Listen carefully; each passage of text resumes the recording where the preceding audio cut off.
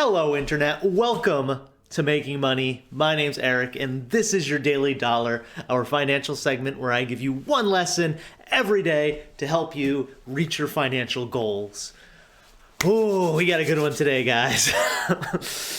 All right, so the other day I talked about the differences between good debt and bad debt. It's very important to understand the distinction, in my opinion, and it's also good to understand the fact that it may not be as black and white as a lot of people think. There's actually a lot of gray area in that. I mentioned that we would be going over ways to reduce debt. Today, we will be talking about that. Today's lesson, how to get a hold of your debt. It's such an important topic, and we're just going to skim the surface of it today, but we are going to give you some actionable items, which is awesome. Some ways that you can start looking at your debt and really getting a hold of it. We're also going to talk about a strategy that I'm not as big a fan of, but we'll get into that. First off, let's discuss debt as a whole. We talked about that debt is really any money that's owed, right? If you owe money to a bank or to an individual, whatever the case may be, to a business, you have debt. You are under the weight of debt. It is an interesting statistic that the average American has $90,000 or just over $90,000 in debt. This is interesting to me because being someone who, I recently came out of school, someone who's currently in school. I say recently, but it's been a while now. I'm currently in my MBA program. But someone who has student loans, $90,000 doesn't sound so bad. Now, that being said, I'm sure $90,000 to a lot of people sounds like a lot of money. And it is. And the weird thing about debt is, especially because of student loans, because of how we're introduced to debt, credit cards, when we get to be in our 30s, we tend to kind of just accept debt as a way of life. It's something we have to deal with, right? But the reality of that situation is it really isn't. And that's a horrible mindset that we've kind of been blocked into over time. It's one that's very beneficial for banks, loan companies, but it's not so great for the average person. So today we're going to be talking about how to kind of carve into that debt. So first thing is to understand your debt. You should have a grasp of what you owe. You should know dollar-wise how much you have left to pay. Most times if you're dealing with a bank to pay off a loan, they will tell you both the principal that you have to pay, which is the amount that you've actually borrowed at the beginning, how much of that you have left, and then the interest that you have on that principal left to pay. Good rule of thumb, obviously you want to pay off debt sooner.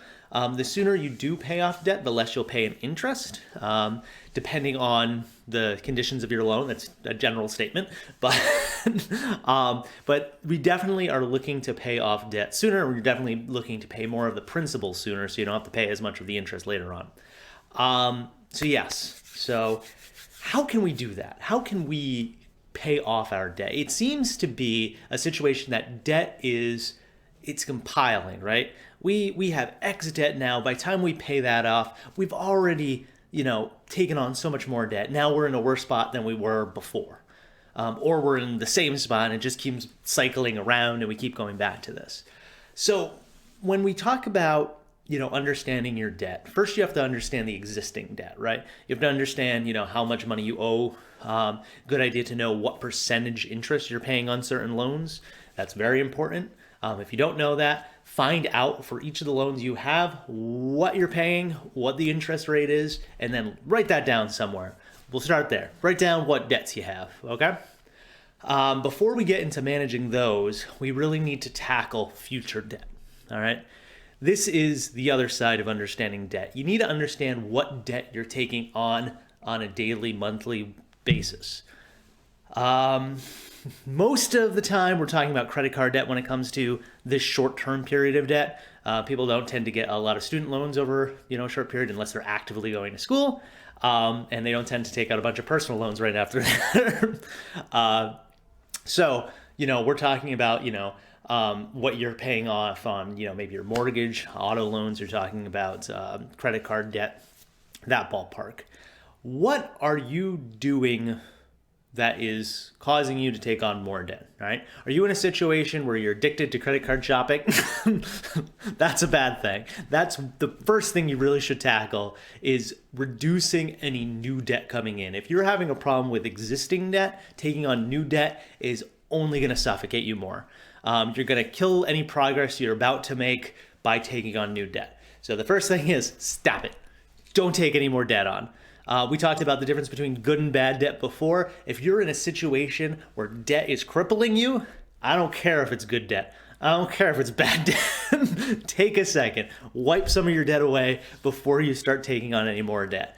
If you do start taking on more debt, yes, keep in mind, is it good debt? Is it bad debt? Do not take on bad debt. Do everything in your power to avoid taking on bad debt if you can. Take on good debt if you can. But right now, don't take on any debt. So that's the first step. Stop taking on debt. Now let's take a look at your actual debt, the stuff that you know that you owe already, right? So you have written down, obviously I don't have expected you to do that in the last 12 seconds, but you will have written down what you owe, what the interest rates are, and now we're going to talk about kind of chipping away at those debts, all right? So we're going to talk about 3 strategies. The first one is going to be a little controversial here because it's a strategy I'm not a big fan of. This is the famous Debt Snowball. And I do say famous. I mentioned Dave Ramsey in another one of my videos where we went over that personal finance is 80% behavior, 20% knowledge. And I completely agree with that. He's completely right with that. Dave Ramsey is also a big fan of the Debt Snowball, and he has very much popularized it. You can see stuff everywhere about the Debt Snowball, and it is an effective way of managing debt. The way the Debt Snowball works is you take your list of the debt that you wrote down, and you're going to pay the minimum on everything, all right? But what you're going to do is you're going to list them from small to large, all right? Smallest debt things first. So the stuff that you owe the smallest on, and then you go bigger down the line, all right? So for everything, you're going to pay at least the minimum, all right? No matter what your debt is, you should be paying the minimum on it. You don't want to go into more debt. So we're doing the minimum payment on everything. For the small items at the top of this list, we're going to try to pay those off quickly. So we're going to put more money to those, all right? And the idea of the Debt Snowball is it's a motivational tool, right? You are taking stuff off your list very quickly at the beginning because you're basically grabbing the low-hanging fruit. And in that, the strategy makes a lot of sense. If you're someone who has trouble with motivation, yes, this can be helpful. The downside is that when compared to other strategies, this actually causes you to spend more in the long run and actually can take you longer to pay off your debts. So if you're someone who needs that motivation, you might want to start with this strategy and maybe transition to another strategy after a period of time once you start getting those endorphin highs from paying things off.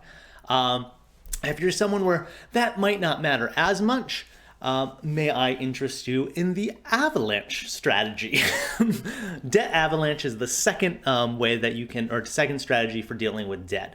And this kind of comes at it from a slightly different approach. You are going to list out your debts just like the Debt Snowball, but this time we're going to list them from highest interest rate to lowest interest rate. And the goal here is you want to pay more to the highest interest rate items first and get those off so you're not paying as much interest. I mentioned before we want to pay off those principals quicker so we're not paying as much interest. And you want to do that on the ones that have high interest rates because obviously those are the ones that are going to kill you over time. So the Debt Avalanche strategy is really taking off the biggest hitters first. Now, sometimes those can be the largest quantity ones. For the most part, those tend to be stuff like your credit card debt. So you actually may be in a similar boat on some things with the Debt Snowball and the Avalanche strategy. But this one really targets the problem and helps chisel away at that. All right. So those are the first two strategies. Then the third one, super easy, super easy. Super easy in principle, debt consolidation. So right now, let's say you have 5 different debts, right? You got like auto loans, personal loans, credit cards, second credit card, and student loans, right? The idea of debt consolidation is these 5 items have different interest rates. They may be through different banks. And what you can do is you can basically negotiate with a bank to take on your debt into one account. So you take those 5, mend it into one, and have one interest rate related to that account. This saves you a lot of money in a lot of cases. You do have to work with a bank to do it. The bank will basically buy out your debt from the other banks. And sometimes they do this because, let's say, due to the time period when you got, one of your streams of debt, it was a bad time and interest rates were high, or, your credit card, not your credit card, your credit score was very bad at the time, or something that caused that interest rate to be high. Let's say times are better now. Your credit score is higher now. And the bank that you're looking at says, yeah, I'll take that. I'll buy that out, and I'll give you a lesser rate on it if you go through us, because they will end up making money on it. So that's how it's important to them, or that's how it's lucrative to them. So debt consolidation can save you a lot. Once you do that, then you're only paying one account, and it's a little easier to manage too, because you only have to keep track of one stream. You can do that with certain types of debt, but this is definitely a strong strategy. So those are the 3 big ones that we're talking today. You can either hit it up with a snowball, go for the low-hanging fruit first, small debt, and work your way up. The Avalanche strategy, work on your highest interest rates first, my favorite one, the one that I tend to do. And then there's debt consolidation, which is a great way of tackling your debt and getting into a manageable form where you can see it in one place and just chip away at it. Different ones will work for different people. So, look into your options, but start doing something and stop taking on more debt. So that's what we're talking about today. Nice and simple. Like I said, it's very high level for debt. We're going to get into a little bit more on debt strategy later on. We'll definitely be getting into credit score, how to improve your credit score. Yes, great first bite out of debt. I hope you guys enjoyed this video. If you do, please feel free to give it a like. As always, if you're enjoying this series, feel free to subscribe. I'll appreciate that. You can hit me up on Twitter in the link in the description below. And I would like to hear if you have a strategy that you're currently using to chip away your debt. Feel free to leave that in the comments. And I will see you guys tomorrow for another great lesson. All right, guys. See ya.